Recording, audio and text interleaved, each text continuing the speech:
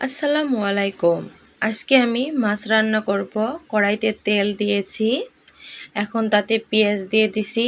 এখন আমরা তাতে হলুদ দিচ্ছি, গুঁড়া মরিচ দিচ্ছি,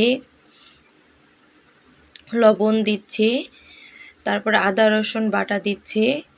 এখন তাতে তেল দিব, দিয়ে সুন্দরভাবে এখন মাখাবো।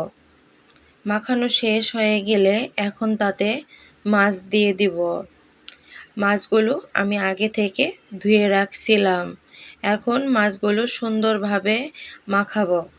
সুন্দরভাবে মাখালে অনেক রান্না বলে মজা লাগে। তারপর তাতে পানি দিয়ে দিব। পানি দিয়ে এখন তাতে ঢাকনা দিয়ে ঢাকে দিব।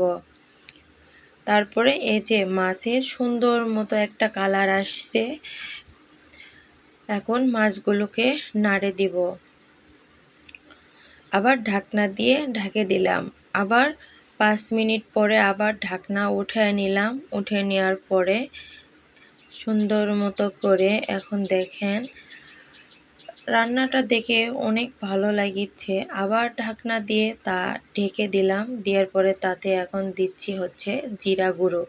জিরা গুঁড়ো দিলে বলে রান্নাটা সেই মজা লাগে, এই জন্য জিরা গুঁড়ো দিলাম। এখন মাছগুলো সুন্দর করে নাড়িচ্ছি।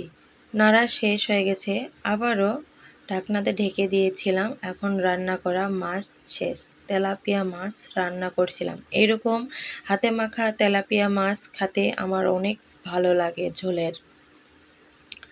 এখন আবার কড়াই বসে দিলাম, তাতে শুকনো মরিচ আর পেঁয়াজ দিয়ে দিয়েছি।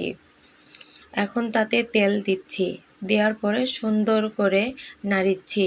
শুকনো মরিচ দিয়ে করলা ভাজি খেতে অনেক মজা লাগে, এই জন্যে শুকনো মরিচ দিয়ে আজকে আমি করলা ভাজি করব। এখন তাতে লবণ দিচ্ছি, হলুদ দিচ্ছি, আদা রসুন বাটা দিচ্ছি। এখন সুন্দর করে তা এখন নাড়ব। নাড়া হয়ে গেলে এখন এই যে লাল লাল করে পেঁয়াজগুলো হয়ে গেছে, এখন তাতে আলু কুচি করে রাখছিলাম আর করলা সেটা আগে থেকে ধুয়ে কাটে রাখছিলাম, কড়াইয়ের মধ্যে দিলাম। দিয়ে নাড়াচাড়া করে এখন ঢাকনা দিয়ে রেখে দিলাম। দিয়ে করলা ভাজি এই যে সুন্দর করে নাড়িচ্ছি। করলা ভাজি যত তেলে ভাজবেন তত খেতে মজা লাগে। আর যদি করলা ভাজি তিতো হয় আমি একদম খাই না। আমার বর অনেক করলা ভাজি পছন্দ করে, এই জন্য করলা ভাজি তাকে রান্না করে দিলাম। আমার করলা ভাজি প্রায় শেষের দিকে রান্না হয়ে গেছে। সবাই কমেন্টে জানিয়ে দিবেন কীরকম হয়েছে আমার এই ভিডিওটা। সবাইকে জানাই আসসালামু আলাইকুম।